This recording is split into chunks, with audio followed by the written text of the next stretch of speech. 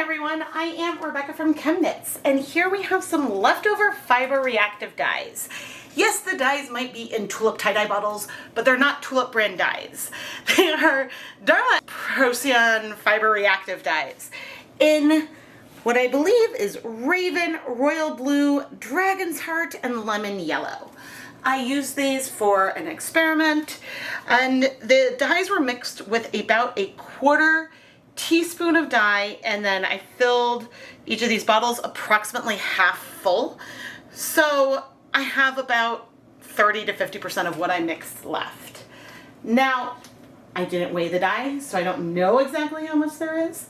I did dye mini skeins with it, and so I had a feel of how pigmented the colors are, but with what's left, we're gonna use them as acid dyes and do some immersion dyeing today, utilizing a semi-casualty of my other experiment, and that is my very stained catering steam pan. Oh, my poor catering steam pan.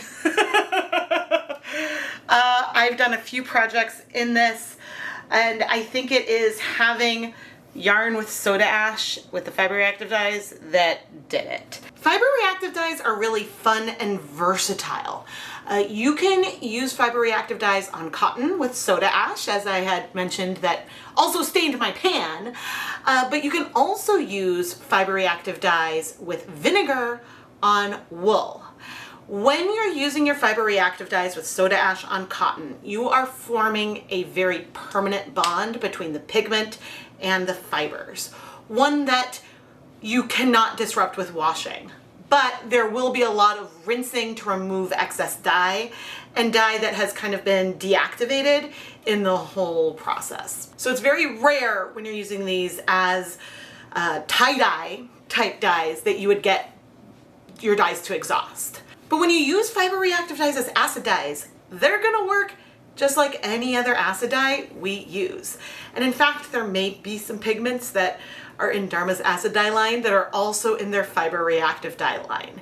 It's just not every acid dye can be a fiber reactive dye, but I guess all fiber reactive dyes can act as acid dyes. Now, the interaction between acid dyes and wool is not permanent. You're not forming I didn't mention covalent bond, but you're not forming the covalent bond that you do when you're dyeing cotton with soda ash. But if you try to dye wool with soda ash, you can get color, but it's not going to be as pigmented. For the wool, they prefer the acidic environment, and you can get something that is still very wash fast. The dyes should exhaust completely, so there should be no dye that rinses out, but you can cause bleeding with hot water, and if you raise the pH too high, maybe like higher than neutral. So that is something to keep in mind. But acid dyes work great for wool and can have colors that last for a really long time. So we're gonna go for it. Today we're gonna be using a leftover dye bath, and we're gonna use some Knit Pick Stroll fingering weight yarn. This yarn is 75% superwash merino wool, 25% nylon. I use it in a lot of my videos. And if you want to learn more about anything I'm using in this video, I will have links and affiliate links to all the tools and equipment down in the video description, and I may earn a commission if you make a purchase through one of my links. Our colors today may not end up being that saturated, but that's okay. And if we do get some color transfer from the bottom, which is not something I've seen, the color should disappear eventually. I have stained these pans so many times over the years that I am just not worried. Now, okay, this water is warm but not really hot. This water I used for another project. It had started with 24 cups of water and 6 tablespoons of white vinegar. So in theory, it's so weird because I look and I'm like, ooh, am I seeing pink? In theory, we may not need any other pigment, we may not need any other acid, but we also may decide to add more acid. And you can see just how absorbent this yarn is, how easily it's going into solution. Now, I would say that we probably lost some water volume over time, but things are pretty well distributed. I guess I'm gonna have to decide exactly how to apply the colors. Do I want to apply them while warm and then heat it up? Ooh, I think so. All right, let's go to the stove. We'll take everything over to the stove and I'll grab some gloves. Side note that is completely unrelated to this video, I need more soda ash. Where should I go to buy more soda ash? I order a lot of my dyes and things from DHarma, but I don't think I need any dyes. And I'm wondering if there's someplace local where I can find the soda ash and maybe it would be more affordable. I don't know. Oh, okay, I think I've decided what I want to do. I'm going to take all these containers as they are. You can kind of see, here we go, like how full they are, and I'm going to fill them up all the way with water. Here we have them nice and full. And the reason why I decided to do that is that now I can come and pour the dyes on with a larger volume, which is going to allow me to distribute the colors on the yarn a little bit more. Let's bring over this green. Now this green was developed as what they call their ice dye line, meaning that it was done as a mixture that is supposed to break in fun kind of ways. And the black definitely would break too. I think they have a bunch of different black fiber reactive dyes, and you can pick them also based on the way that they break. Now, I'm not using like absolutely 100% of everything. I think there's going to be a little bit of color left in each bottle that I'm going to leave behind.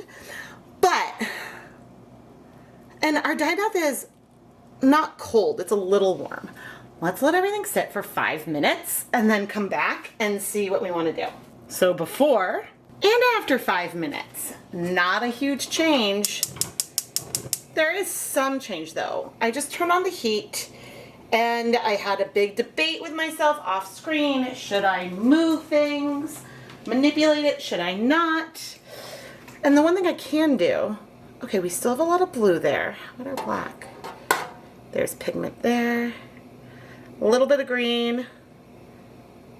A little bit of yellow. Okay, not everything has struck yet, but as things warm up now, even though things were warm, it's just the warmer your water is, the more like diffusion happens. We don't know what's happening down beneath. I am so curious, and I'm gonna try to be so patient.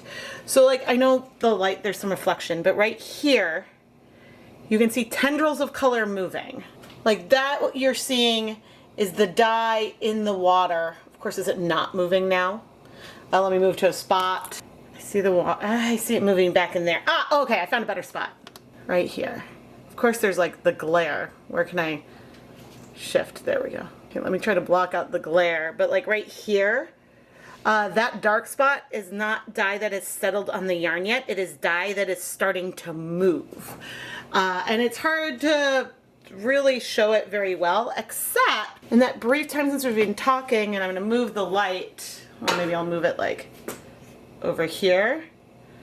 You can see we don't have very much white over there anymore, and the amount of white in this area too is reducing. And over here, so the colors are moving more. It's just very subtle, and we're getting a lot of reflections today.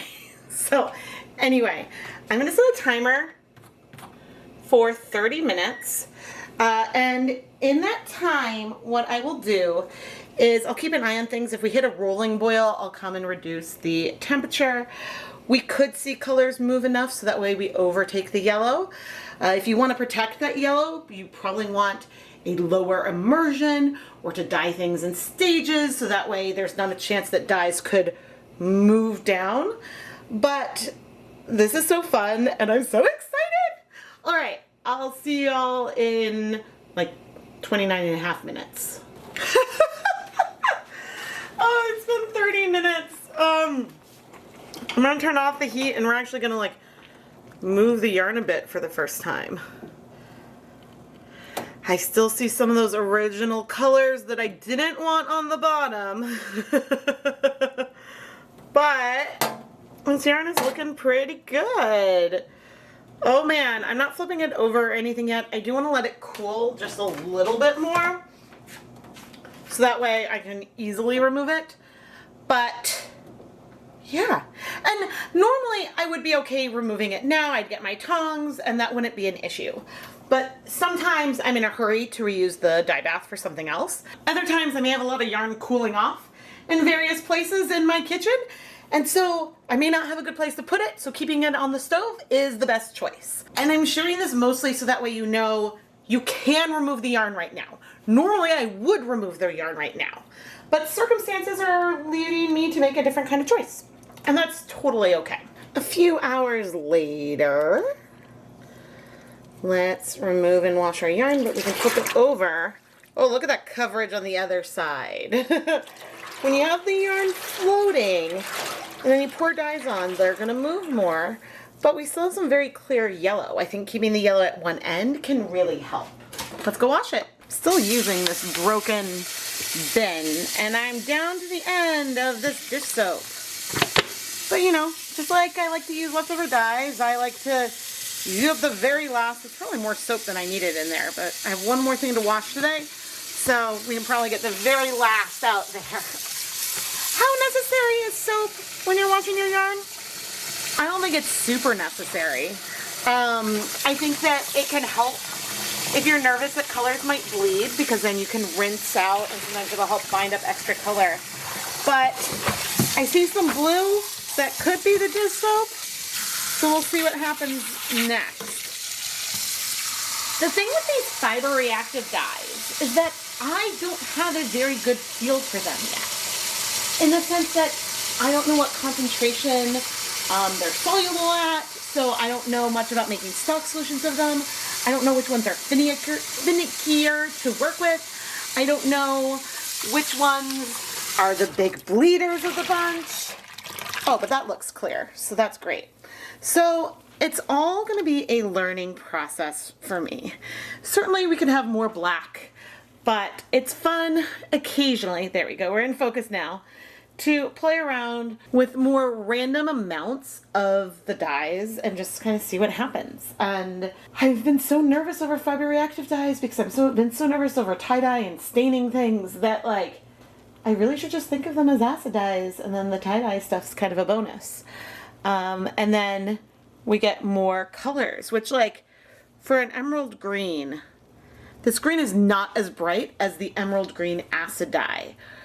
It is like a beautiful grass green. It reminds me of crocodile green, or is it alligator green? Whatever they called it from Jacquard.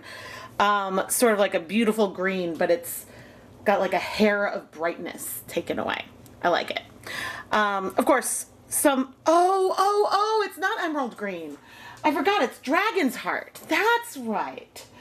It's a mixture. I think the emerald is probably brighter. But anyway, into my spin dryer, which is a device like a swimsuit dryer you might see at a gym, to just spin out the liquid, and then I'll hang up the yarn to dry so we can see what the finished yarn looks like. This yarn turned out so pretty. I love how far the colors moved through. Yes, we still have some hints of white, but it's so pretty. And personally, I love the little bit of patchiness in here. There are signs that conceivably some of these colors, not the yellow, but the others, could be good for glazing maybe, because of how softly they have covered the yarn. And what I mean by that is, like, there's areas like in here where it feels like the color didn't go all the way through. And I see that with both our green and that blue. And that is an effect that I love. It's so fun to layer with things, and often it's something you can get when you add your yarn into a container and then really don't move it. You let the dye that's in the water come to the yarn with diffusion, and then you can get the effect. Now, there's areas that feel more solid too, because we did pour that volume on there. But I had been so nervous about fiber reactive dyes, and I should use them as acid dyes more, because I will be honest, I don't know a lot about different acid dye or fiber reactive dye molecules. What I can say is that fiber reactive dyes can function as acid dyes, but the reverse isn't necessarily true. Not all acid dyes can work as fiber reactive dyes. And so there may be certain dyes in the acid dye classification that are easier to work with to achieve certain colors. And so that's something I'm giving a lot of conjecture for. I would have to look into it. But I am so excited. I like how watercolory this feels, and I'm really happy. The hard thing about getting this effect all over yarn is that it requires you to add the dye and wait. Because if you move the dye and try to work it through, you're gonna get more coverage. But then when I tried to do this multiple times last Hanukkah, there was a ton of variation of what I ended up getting. Because sometimes the dyes didn't spread that much, sometimes they spread a lot more than I expected. And some of that comes down to the temperature. And not just the temperature, but how long things have been on the heat. Because do we have more cold pockets or hot pockets and things like that. And if you're the kind of small batch dyer like me and you always need to start with a new cold dye bath, it can be harder to recreate some of those results. And then if you consider that this dye bath was not cold, it was warm, but how warm was it? And so sometimes those microenvironments are just a little harder to reproduce over and over. If I know I'm starting hot or I know I'm starting cold, then I can usually get some more consistency. But yeah, oh, and I think the other time, like if more water evaporated, that made a difference. But yeah, maybe I'll have to try doing something like that around Hanukkah again. We will see. But you can always head over to the ChemKnits Creations Etsy shop and pre-order a ChemKnits Hanukkah sampler to help support me doing some large multi-batch versions of colorways to talk about how some techniques, the variation between doing it multiple times. I am Rebecca from ChemKnits, and I've already said I need to play with fiber reactive dyes more.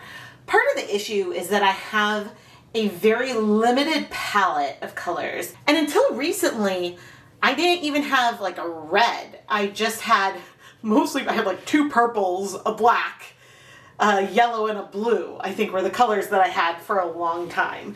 And slowly I'm getting more colors, but I don't need to own the entire collection. But it's fun that there's so many colors that exist. And yeah, I mean, I have a chemistry background, but a lot of this is beyond what I know, and I don't know, I'm just so excited to play and learn, and really just, it's like having a whole new box of crayons, but it's a different brand, and so the colors may be slightly different, which gives you potentially some more possibilities, and that is super exciting. Subscribe and turn on notifications so you never miss a new video. I am Rebecca from ChemKnits, and thank you so much for watching.